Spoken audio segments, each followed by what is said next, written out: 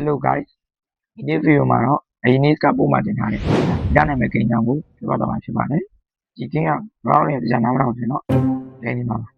။ကဲ video လေးကိုစလိုက်အောင်။ဒီဒါနာမည်ကိန်းကို1 2 3ဆိုပြီးတော့သုံးမှတ်ထားတာပါလေ။ကိန်းဆိုရင်လိုက်တော့ရင်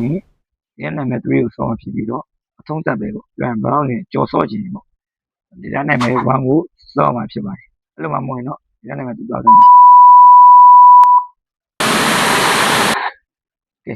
ဒီလိုဂိမ်းနဲ့ပတ်သက်ပြီးပြင်လာလို့ရှိရင်တော့ဒီလိုလာမေးလိုက်ကပြရှာပေးပါမယ်ဒီတက်နာမည်ဂိမ်းကြောင်းလေးကိုစလိုက်အောင်အဲ့ဒီဂိမ်းလေးကအရင်နေ့ထွက်ရှိထားတဲ့ storyline ကောင်းကောင်းနဲ့ဟိုမှာ horror game လေးလည်းဖြစ်ပါတယ် PlayStation နဲ့ PC မှာထပ်လာပြီးအခုတော့ mobile မှာထွက်လာပါတယ်ဒါပေမဲ့ပတ်စံပြီးဆုံးရပါတယ်အဲ့ဒါဆိုတော့ video ရဲ့အဓိကအကြောင်းအောင်စလိုက်အောင်ဒီတက်နာမည် story ပေါ့ story ကိုပြောရမယ်ဒီ 1S story ကတော့သူ့ရဲ့အဓိကဇာတ်ကောင်ကတော့စစ်ဆိုတဲ့ကောင်မလေးပဲဖြစ်ပါတယ်2မှာတော့သူ့ရဲ့အဓိကဇာတ်ကောင်ကမိုနိုဆိုတဲ့ကောင်လေးပဲဖြစ်ပြီးတော့3ကတော့ကျွန်တော်လည်းမရှာထားတော့မသိဘူးသိချင်ကိုကတော့ပဲကိုကဲမှာပေါက်ခေါက်လိုက်ဒါပဲပြောပါမယ်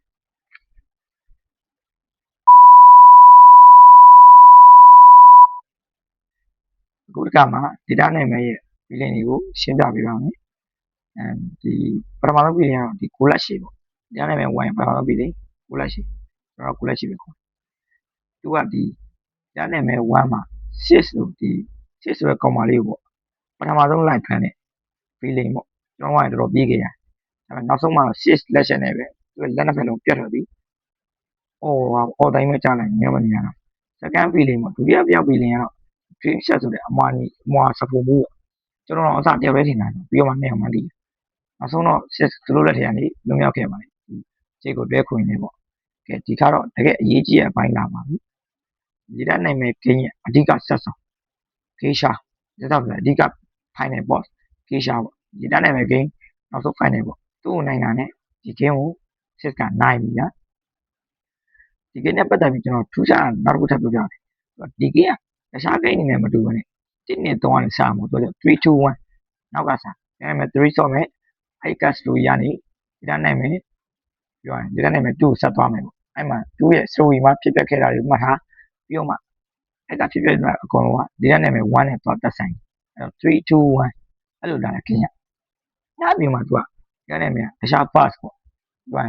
game way ပေါ့အဲ့ဒါလေတာနိုင်မယ် one way kids အဓိကဆက်ဆုံးက6 model မဟုတ်တော့ model လည်းမဟုတ်တော့ဆိုတော့ကောင်းပြီအဲ့ကောင်လေးပတ်သက်တဲ့ story ကိုလည်းကျွန်တော်အနေချင်းရှင်းပြပါမယ်ပေါ့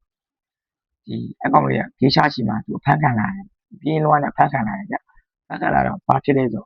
ပေမဲ့1လို့2လို့မှပါတတ်တယ်ဒီမှုကောင်လေးဖြစ်အပြောင်းခံလာတယ်ပြောင်းခံလာတော့သူအဲ့ထမှာပတ်သွားတယ်ပတ်သွားတော့သူကငကိုရဲ့စရင်ကောင်းစရင်ကောင်းတော့လမ်းမှာသူက6နဲ့သွားတိုးတော့ဖြစ်ရင်တော့အဲ့ကျရင်သူ6ကဘိုက်စားတယ်6ကဘိုက်စားနေတော့ဘောက်ကြောင်သွားပြီးဘောက်ကြောင်သွားပြီးတော့ဆရာသမား6ကဘောက်ကြောင်မစားဘဲနဲ့ပေးတဲ့ကောင်လေးကိုစားလိုက်ပါတယ်တဲ့အဲ့တော့ one way skill ရဲ့ story ကအိုင်နာပိုင်းတိန်သွားရောဇက်တိန်သွားရောစောရင်သိနေတယ်အဲ့ဒါထိုင်ပါသူနဲ့ပတ်သက်1နဲ့လည်းမမရမှာမဟုတ်တော့ကဲထပ်ဆက်မယ်ဆိုရင်တော့ဒီဂေးရှာပေါ့6ကဂေးရှာနဲ့တွေ့တယ်ဟို one way ခစ်လို့ပဲဒါပေမဲ့6က mirror ပေါ့မှန်ဂေးရှာကြီးကြောက်ပါလေဆိုမှန်သူကရတော့ဘာဖြစ်လဲဆိုတော့ဂေးရှာသူကအနိုင်တတ်နိုင်တယ်အနိုင်တတ်နိုင်မယ်6ကဘိုက်စားလာတော့မိမသူလဲကြနေဂေးရှာသူစားလိုက်ရောဂေးရှာမှာရှိသမျှအပါသွားတယ်အကုန်လုံး6ကရပြီးသူတရားကြောက်လန့်ပြေးကြရတဲ့လမ်းပေါ်6က ETP အဲ့ကလည်းသူတယောက်ပြီးတော့တတ်သွားတယ်ဒီdata နာမည်1 2 3ရဲ့နောက်တဲ့ထူးခြားချက်က data နာမည်2မှာ6ကမိုနိုကိုတစ္ဆာဖောက်ခဲ့ဘာလို့တစ္ဆာဖောက်ခဲ့ကျွန်တော်ပြပြပါမယ်တစ္ဆာဖောက်ခဲ့တဲ့အကြောင်းအရာဒီတင်မန်းပေါ့ဆောင်းက4တောင်းခွဲရ3ခုမြောက်လေဆောင်းတဲ့ကောင်အကောင်ရင်တင်မန်းလို့ခေါ်တယ်data နာမည်ထဲမှာအချမ်းဆုံးပေါ့အကောင်ကမိုနိုက